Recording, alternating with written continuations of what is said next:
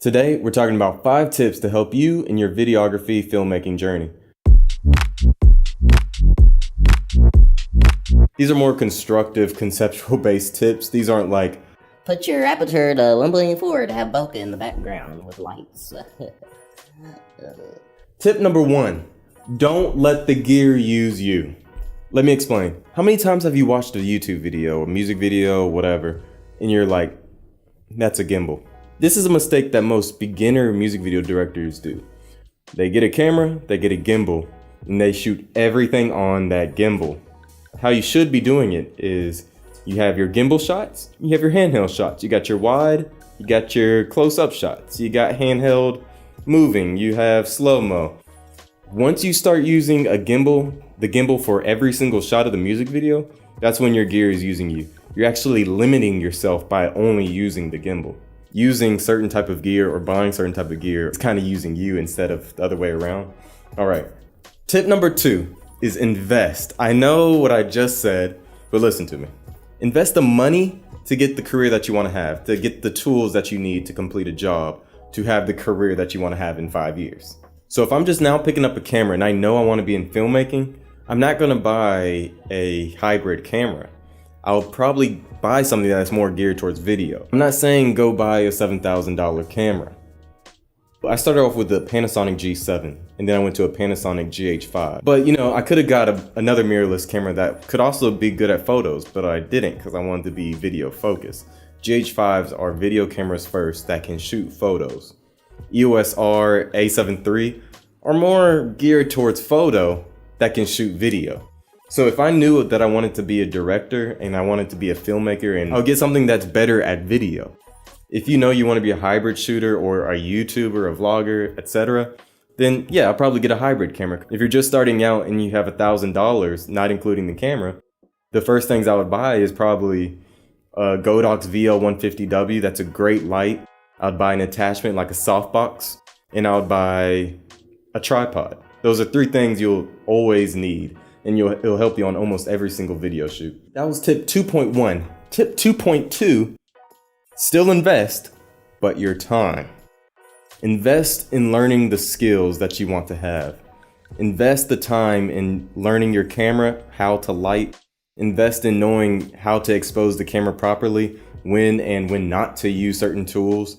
The list goes on. Invest your time so you can do the job perfectly. If this is your first video and you're just now picking up a camera, hit up people for free. It doesn't matter. The more you pick up this camera and learn it, the better you're gonna get. So invest your time. Invest in yourself. Don't wait around for somebody to hire you. Keep making things for yourself. Invest in yourself with that time. Learn how to edit, everything. It's gonna be great. You won't regret it. Tip number 3. If you're just now starting out in any type of video, whether that's YouTube, if you're vlogging, making tutorials, if you're doing music videos, plan your video, have a concept for your video, and don't shoot the same video twice. That could have been 3 separate tips when I think about it, but we're gonna do it all in one. We're just gonna mash them all together. So if you're a music video director and all you have planned is that you're gonna go to 3 locations, then you're shooting the same video twice. I don't care if they're separate locations, like you're shooting the same video twice. Have a shot list that you need to go through. List out the shots you want, what you want to achieve at that location, and what type of shot. So is it a handheld? Is it on the gimbal? Is it a close-up shot? Is it a wide shot? You know, kind of plan out what you're gonna do so you're not stuck the day of. You need to start pushing yourself and trying to make something different each time. Because if you don't, you're gonna be stuck in this one box that everybody's gonna put you in. And then probably sooner or later, you're not gonna wanna be put in that box. You wanna get out of that box, but you can't because all your business knows you for this one thing. All right, tip number 4, get inspired, then copy your inspiration. If you're trying to learn how to light, or you're trying to learn somebody else's style, or you like something and you kind of want to deconstruct and learn how to do that, you take that inspiration, you take whatever inspires you, and you just copy it. That's the fastest way to learn. Copy somebody else who's already done it. Simple as that. Try and change something about it creatively. Then sprinkle some of your own personality onto it. You know, sprinkle some of your creativity on it. You know what I'm saying? Most people see something and then they recreate it. There's nothing made in a bubble. You see things, you take it in, and either consciously or subconsciously, you take that and then you do something with it, which is probably you creating something and putting something out into the world for somebody else to take inspiration from it. I'm gonna show you inspiration for one of my music video shoots, how I executed it. I was inspired by one thing and I did this. So I was inspired by these photos of people like out in nature or out in the desert and they're throwing up cloths behind them. I was like, okay, so how can I do this differently? I know what I like about it. I like that there's a solid color behind them. I like that it's a very wide shot and I can see everything around them. Talked it over with my partner. I was like, I think I'm gonna build something. I think I'm gonna build like a little plank of wood. And that's what I did.